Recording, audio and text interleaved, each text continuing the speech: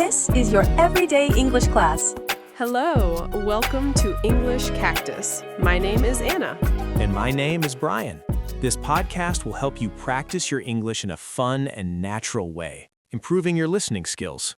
What if I told you that most people are celebrating Easter, but missing its real meaning, and at the same time, many people think modern celebrations are wrong, but what if they're not?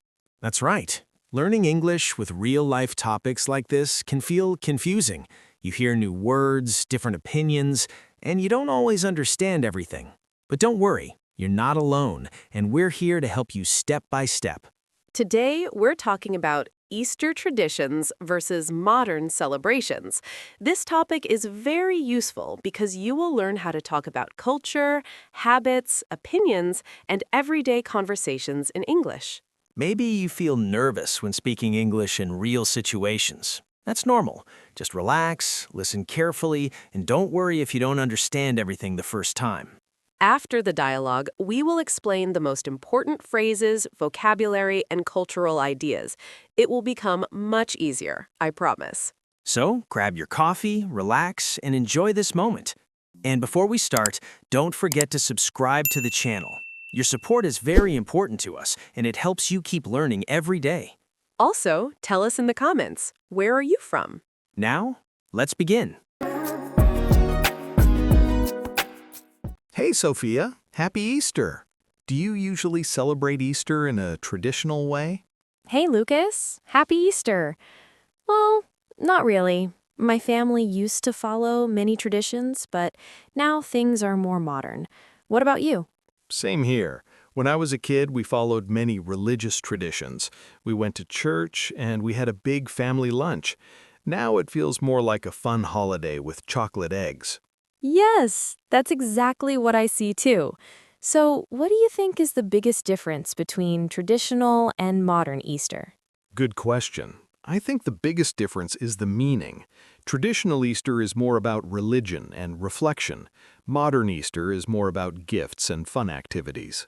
I agree. In traditional Easter, people remember the story of Jesus. They think about peace, love, and forgiveness. It's more emotional and spiritual. Right. And in modern Easter, people focus on things like Easter eggs, games, and shopping. It's more commercial, I think. Yes, commercial, that's the word. Stores sell a lot of chocolate and decorations. By the way, do you like chocolate eggs? Oh, yes, I love them, especially the big ones with surprises inside. What do you recommend, dark chocolate or milk chocolate? I'd say milk chocolate. It's sweeter and more popular, but dark chocolate is healthier. Sorry, did you say you prefer big eggs or small ones? Big ones, for sure. It's on me this year, so I'm buying for my family. Keep going. I want to hear more about traditions. That's nice of you. Well, another tradition is the Easter meal. Families cook special food. In some places, people eat lamb or fish. Interesting. In my house, we usually eat fish on Friday. My mom says it's part of the tradition. But on Sunday, we have a big lunch with many dishes. That sounds delicious. In my family, we also paint eggs. Have you ever tried that? Yes, I did it when I was a kid. We used colors and drawings. It was fun, but now I don't do it anymore. You should try again. It's a great activity, especially with kids. You can learn something new and practice creativity. True, that's a good idea. Study English every day and also enjoy simple activities, right? Exactly. You're doing great, Lucas. Keep going. So, what about Easter egg hunts? Do you like them? Yes, kids love them. You hide eggs and they try to find them. It's simple but very fun. Yes, and it's very popular in modern celebrations. It's more about fun than tradition. I see. So we have 5 big topics here: religion, food, chocolate eggs, family activities, and shopping. That's a lot. Yes, and all of them show how Easter changed over time. But I think both ways are good. It depends on the person. I agree. Some people prefer a quiet and meaningful day. Others want fun and celebration. Exactly. And you can mix both. For example, you can spend the morning with your family and the afternoon playing games. That's a great idea. Balance is important. By the way, do you usually celebrate at home or travel? I usually stay at home. It's more comfortable, but sometimes I visit my grandparents. What about you? I sometimes travel. Last year I went to the beach. It was relaxing. Nice. That sounds like a modern way to celebrate. Not very traditional, but still enjoyable. Yes, and I think the most important thing is to be with people you like. I couldn't agree more. Easter is about connection in any form. So true. Thanks for the conversation, Sophia. I learned a lot today. Me too. And remember, keep practicing English, learn something new, and enjoy the process. Absolutely. Thanks so much. You're welcome. Wow, that was such a nice and interesting conversation. We always try to bring you the best content for free so you can learn English in a fun and natural way. Let's start with one of the first lines. Lucas said, "Do you usually celebrate Easter in a traditional way?" This is a very useful structure. You can use "do you usually" to ask about habits. For example, do you usually drink coffee in the morning? Or do you usually study English at night? Yes, and Sophia answered, "Not really. My family used to follow many traditions." This is great because she used used to, which is perfect to talk about past habits. For example, I used to play soccer every weekend, or I used to eat a lot of candy when I was a kid. Then Lucas said, "Now it feels more like a fun holiday." This is a nice way to compare past and present. You can say, "It feels more like," to give your opinion. For example, "This class feels more like a conversation," or "This place feels more like home." Sophia also said, "That's exactly what I see too." This is a great expression to agree with someone. You can also say, "I feel the same way," or "I totally agree." Lucas asked, "What do you recommend?" This is a super important phrase for daily life.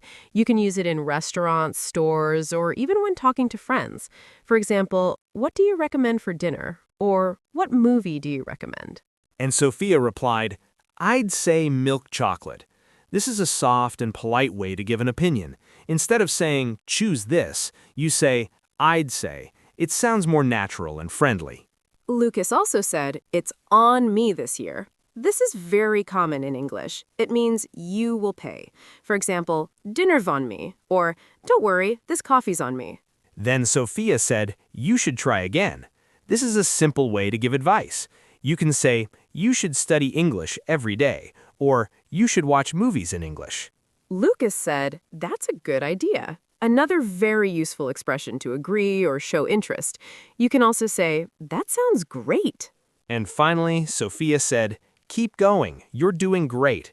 These are motivational phrases. You can use them to encourage yourself or others. For example, "Keep going, you're improving every day," or "You're doing great, don't give up."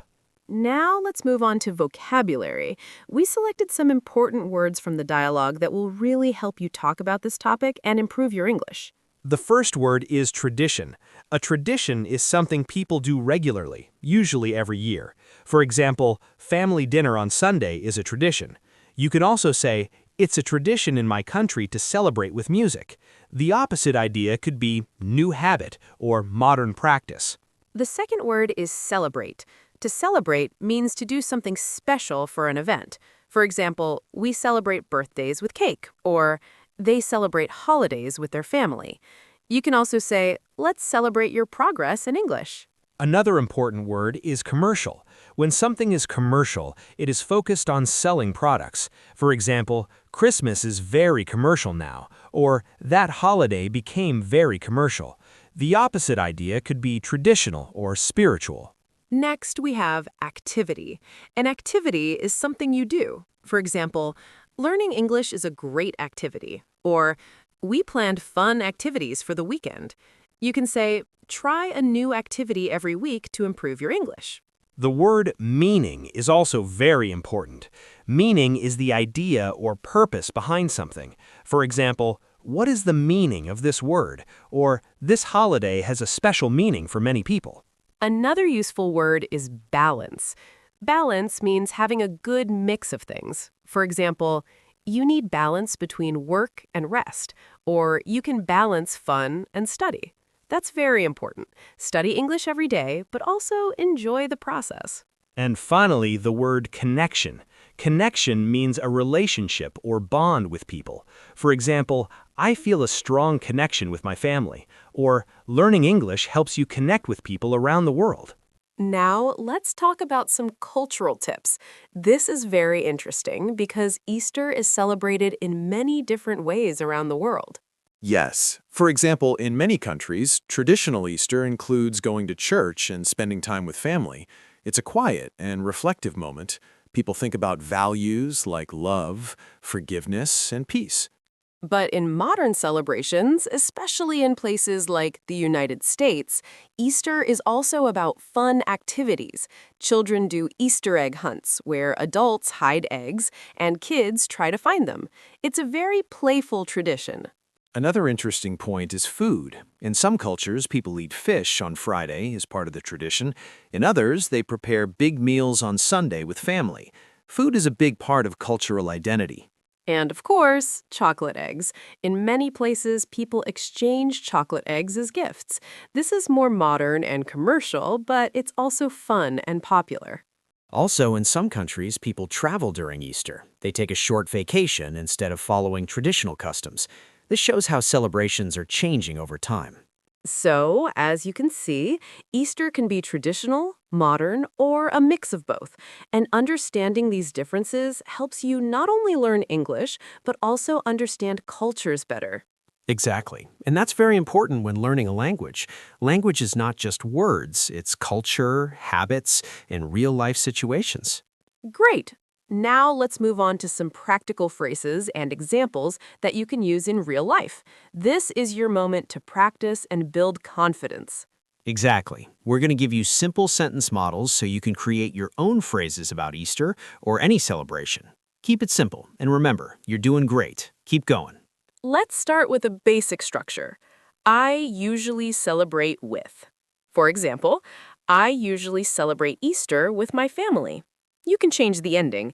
I usually celebrate with friends, or I usually celebrate at home. Another useful one is I prefer because.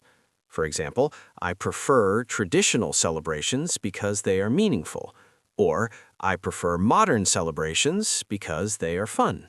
You can also say, in my country, people usually, for example, in my country, people usually eat chocolate eggs. Or, in my country, people usually go to church.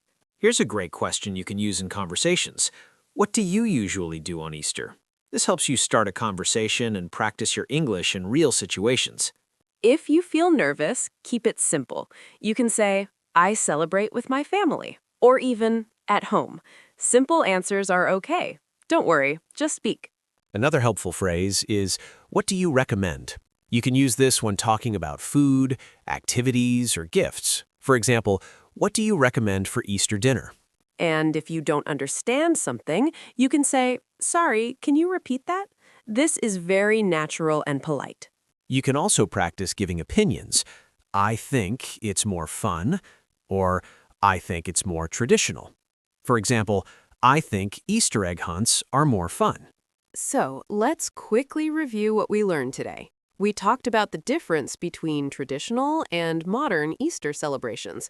You learned how to talk about habits, give opinions, and describe cultural experiences in English. Yes, we also explored useful phrases like, I usually celebrate, I prefer because, and what do you recommend?